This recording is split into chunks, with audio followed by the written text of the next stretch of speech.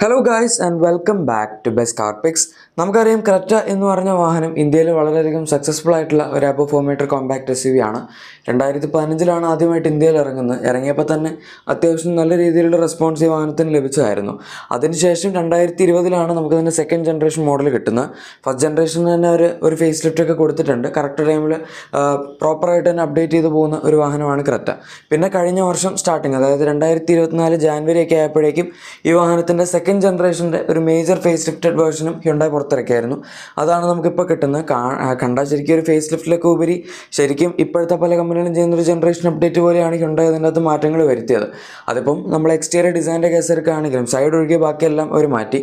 പിന്നെ even ഇൻറ്റീരിയറിൻ്റെ case എടുക്കുകയാണെങ്കിൽ പോലും വലിയൊരു അപ്ഡേറ്റ് തന്നെയായിരുന്നു ഇൻറ്റീരിയറിൽ അവർ കൊണ്ടുവന്നത്. അതിപ്പം ഡാഷ്ബോർഡ് ലേഔട്ട് ആയിക്കോട്ടെ, ഫീച്ചേഴ്സ് ആയിക്കോട്ടെ, അങ്ങനെ എന്തൊരു ആസ്പെക്റ്റിൽ നമ്മൾ നോക്കുകയാണെങ്കിലും വ്യത്യാസം ഉണ്ടായിരുന്നു. ഇതിനൊക്കെ ശേഷം ഹ്യുണ്ടായി ഇപ്പോൾ പുതിയ തേർഡ് ജനറേഷൻ ക്രെറ്റയിൽ വർക്ക് ചെയ്ത് തുടങ്ങി എന്നാണ് ഓട്ടോക്കാരൻ്റെ ഈ അടുത്ത് റിപ്പോർട്ട് ചെയ്തിരിക്കുന്നത്. അത് വളരെ സ്വാഭാവികമാണ്. കാരണം ക്രെറ്റ എന്ന് പറയുന്നത് ഹ്യുണ്ടായുടെ ഇന്ത്യയിലെ ഏറ്റവും കൂടുതൽ വിൽക്കുന്ന ഒരു വാഹനമാണ്. അതുമാത്രമല്ല, അബോ 4 മീറ്റർ കാറ്റഗറി അവർ മിക്ക മാസങ്ങളിലെ SUVകളുടെ സെയിൽ എടുക്കുകയാണെങ്കിൽ തന്നെ ഏറ്റവും കൂടുതൽ സെയിലുള്ള ഒരു വാഹനം കൂടിയായിരിക്കും ക്രെറ്റ. കഴിഞ്ഞ മാസം ഇലക്ട്രിക്കിൻ്റെയും നോർമൽ ക്രെറ്റയുടെ എല്ലാം കമ്പൈൻഡ് സെയിൽ വന്നതിന് 18,000 പുതിയ ജനറേഷൻ ക്രെറ്റ 2027 വരും എന്നാണ് അവർ പറഞ്ഞിരിക്കുന്നത്. എൻ്റെ ബോഡി കോഡും മാറ്റിയിട്ടുണ്ട്. SX3 എന്നാണ് പുതിയ ക്രെറ്റയുടെ പേര്. ഇതിന് മുന്നേ ഉണ്ടായിരുന്ന ക്രെറ്റ SU2i എന്ന് പറഞ്ഞ ബോഡി കോഡിലാണ് വന്നിരുന്നത്. SU2 ആണ് ഇൻ്റർനാഷണലി വാഹനം വരുന്നത്. SU2i എന്ന് പറയുന്നത് ഇന്ത്യ സ്പെസിഫിക് മോഡലിൻ്റെ കോഡ് നെയിമാണ്. അതുപോലെ തന്നെ നമ്മുടെ സെൽറ്റോസിൻ്റെ ബോഡി കോഡ് വരുന്നത് SP2i എന്ന് പറഞ്ഞ പേരിലാണ്. SP2 എന്നാണ് ആ വാഹനം ഇൻ്റർനാഷണലി അറിയപ്പെടുന്നത്.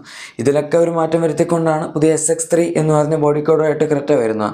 ഇതിനകത്ത് പ്ലാറ്റ്ഫോമിൻ്റെ ഡീറ്റെയിൽസ് നമുക്ക് ഇപ്പോഴും അറിയില്ല. ഇപ്പോൾ ഈ വാഹനം വരുന്നത് ഹ്യുണ്ടായുടെ K2 എന്ന് പറഞ്ഞ i20 ബേസ്ഡ് ആയിട്ടുള്ള പ്ലാറ്റ്ഫോമിലാണ്. അത് മാറ്റി വേറെ എന്തെങ്കിലും പുതിയൊരു പ്ലാറ്റ്ഫോമിലേക്ക് പോകുമോ എന്നുള്ളതൊക്കെ നമ്മൾ കണ്ടറിയേണ്ടി വരും. പൊതുവേ ഹ്യുണ്ടായി ജനറേഷൻ മാറ്റുക എന്ന് പറഞ്ഞ പ്ലാറ്റ്ഫോം മാറ്റാറുണ്ട്. അതിപ്പം ഇതുവരെ അവർ ഇന്ത്യയിൽ ഇറക്കിയിട്ടുള്ള എല്ലാ വാഹനങ്ങളുടെ കേസ് എടുക്കുകയാണെങ്കിൽ അങ്ങനെ തന്നെയാണ്. ഫേസ് ലിഫ്റ്റ് ആണെങ്കിൽ അവർ കറണ്ട് പ്ലാറ്റ്ഫോം തന്നെ യൂസ് ചെയ്യും. പക്ഷേ ജനറേഷൻ അപ്ഡേറ്റ് എന്ന് പറയുമ്പോൾ പുതിയൊരു പ്ലാറ്റ്ഫോം ആയിരിക്കും അവർ യൂസ് ചെയ്യാറുള്ളത്. പിന്നെ ഹ്യുണ്ടായുടെ ജനറേഷൻ അപ്ഡേറ്റ് എന്ന് പറയുമ്പോൾ നമുക്കറിയാം അവരങ്ങനെ പ്രത്യേകിച്ച് സാധനങ്ങളൊന്നും പഴയ ജനറേഷൻ വണ്ടിയിൽ നിന്ന് തിരിച്ചെടുക്കാറില്ല. അതായത് കംപ്ലീറ്റ്ലി വ്യത്യസ്തമായിട്ടുള്ള ഒരു വാഹനം തന്നെയായിരിക്കും ന്യൂ ജനറേഷൻ എന്ന് പറഞ്ഞ് ഹ്യുണ്ടായി ഇറക്കുകയാണെങ്കിൽ അതിൻ്റെ അകത്ത് ഇറക്കാറുള്ളത്. പിന്നെ ഫേസ് ലിഫ്റ്റ് ആകുമ്പോഴാണ് അവർ കുറച്ചൊക്കെ കാര്യങ്ങൾ വീണ്ടും ക്യാരി ഓവർ ചെയ്യുന്നത്. അതുകൊണ്ട് തന്നെ നമുക്ക് ഈ വാഹനത്തിൽ എൻറ്റയർലി ഡിഫറൻ്റ് ആയിട്ടുള്ള ഡിസൈൻ ആയിരിക്കും ലഭിക്കാൻ പോകുന്നത്. ഇൻറ്റീരിയറിലും ഇഷ്ടംപോലെ മാറ്റങ്ങൾ വരും. അതിന് പുറമെ ഈ വാഹനത്തിൻ്റെ ഫീച്ചേഴ്സിൻ്റെ ലിസ്റ്റിലും പിന്നെയും അപ്ഡേഷൻസ് വരും. അതെന്തൊക്കെയാണ് എന്ന് നമുക്ക് പറയാൻ പറ്റില്ല. കാരണം ജസ്റ്റ് അവർ വർക്ക് ചെയ്ത് തുടങ്ങിയിട്ടുള്ളൂ ഈ വാഹനത്തിൽ. ഇതിൻ്റെ ടെസ്റ്റ് മ്യൂൾസ് ഒന്നും ഇതുവരെ റോട്ടിൽ സ്പ്രേ ചെയ്യപ്പെട്ടിട്ടില്ല. അതൊക്കെ എന്തായാലും ഇനിയും ടൈം ഉണ്ട്. അടുത്ത വർഷം സ്റ്റാർട്ടിംഗ് ഒക്കെ ആകുമ്പോഴായിരിക്കും ടെസ്റ്റ് മ്യൂൾസ് ഒക്കെ വന്നു തുടങ്ങുന്നത്.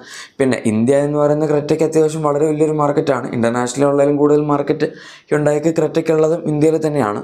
അതുകൊണ്ട് സൗത്ത് കൊറിയയിലും ഇന്ത്യയിലൊക്കെ ആയിട്ടായിരിക്കും ഈ വാഹനത്തിൻ്റെ ആദ്യത്തെ ടെസ്റ്റ് മ്യൂൾസിൻ്റെ സ്പൈയും നമ്മൾ കാണാൻ പോകുന്നത്. ഇനി മെക്കാനിക്കലി എൻജിൻ വൈസ് വേറെ എന്തെങ്കിലും വ്യത്യാസം വരുമോ എന്ന് ചോദിച്ചാൽ ഒരു കാര്യം, ഇതിനകത്ത് പുതിയതായിട്ട് വരാൻ പോകുന്ന ഹൈബ്രിഡ് പെട്രോൾ എഞ്ചിൻ ആയിരിക്കും. അതായത് സ്ട്രോങ് ഹൈബ്രിഡ് പവർ ട്രെയിൻ. നമുക്കിപ്പോൾ ഇന്ത്യയിൽ ആകെപ്പാടെ ഈ ഒരു പ്രൈസ് പോയിന്റ് അല്ലെങ്കിൽ ഈ ഒരു സെഗ്മെൻറ്റിൽ ഹൈബ്രിഡ് വരുന്ന ഹൈറൈഡിലും ഗ്രാൻഡ് വിറ്റാരിലും മാത്രമേ ഉള്ളൂ. പിന്നെയുള്ളത് സിറ്റി EHEV ആണ്. പക്ഷെ അത് സെഡാൻ കാറ്റഗറിയിൽ വരും.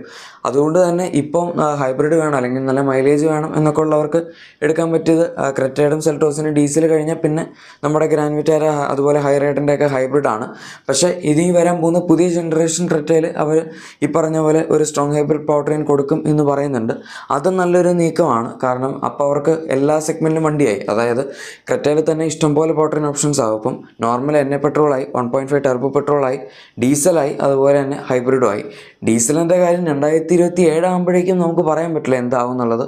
കാരണം അപ്പോഴേക്കും BS7 എമിഷൻ നോംസ് വരും. ടാറ്റയൊക്കെ പറഞ്ഞിരിക്കുന്നു BS7 വരുമ്പോഴേക്കും അവർ 1.5 ലിറ്റർ ഡീസൽ എഞ്ചിൻ നിർത്തുന്നതാണ്.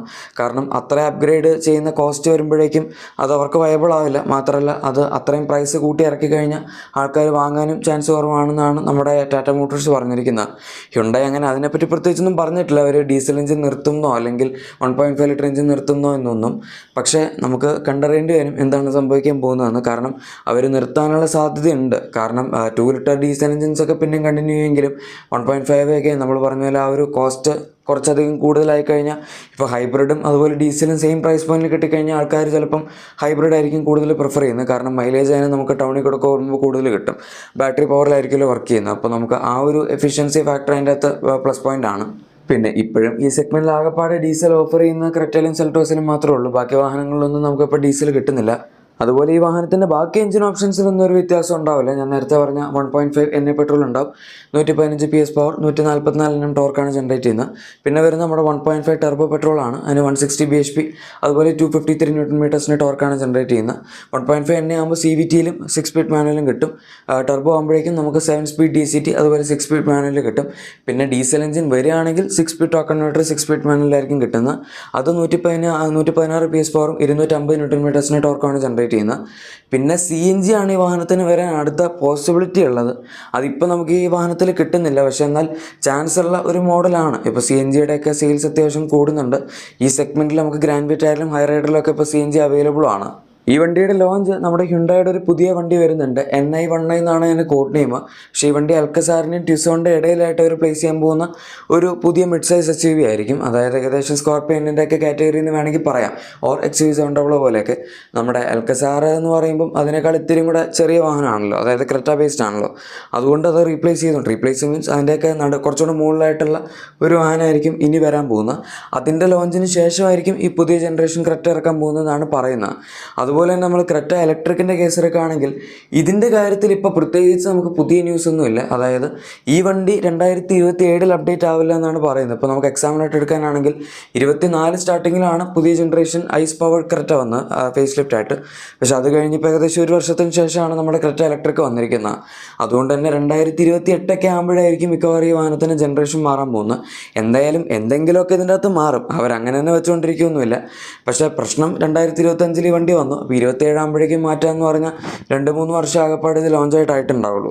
അപ്പോൾ അത്രയും പെട്ടെന്നൊരു അപ്ഡേറ്റ് കൊടുക്കുക എന്ന് പറഞ്ഞാൽ കുറച്ച് പ്രശ്നമാണല്ലോ.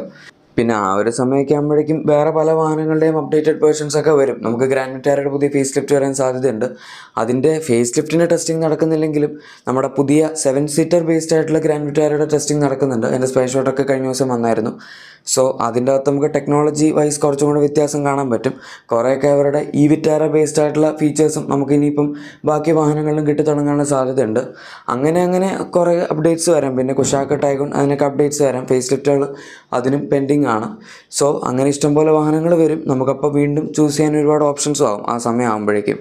എന്തായാലും ഇപ്പോഴത്തെ ഒരു സാഹചര്യമൊക്കെ വെച്ച് നോക്കുമ്പോൾ നിങ്ങളുടെ അഭിപ്രായത്തിൽ ഈ സെഗ്മെൻറ്റിൽ ഏത് വണ്ടി എടുക്കുന്നതാണ് നല്ലത്? ഏറ്റവും കൂടുതൽ സെയിലുള്ള ക്രെറ്റ ആണോ, അല്ലെങ്കിൽ വേറെ ഏതെങ്കിലുമൊക്കെ കുറച്ചും കൂടെ വൈഡർ റേഞ്ച് ഓഫ് ഓപ്ഷൻസിലേക്ക് നിങ്ങൾ പോവോ എന്നുള്ള കാര്യങ്ങളൊക്കെ കമൻസിൽ പറയുക. അതുപോലെ തന്നെ നിങ്ങളുടെ എക്സിസ്റ്റിംഗ് വാഹനത്തിന് എന്തെങ്കിലും ക്ലീനിങ് പ്രൊഡക്ട്സ് അല്ലെങ്കിൽ ആക്സസറീസോ ഒക്കെ വേണമെന്നുണ്ടെങ്കിൽ നമ്മുടെ ഡിസ്ക്രിപ്ഷൻ അല്ലെങ്കിൽ പ്രൊഡക്ട്സ് ടാഗ് ചെക്കൗട്ട് ചെയ്താൽ മതി.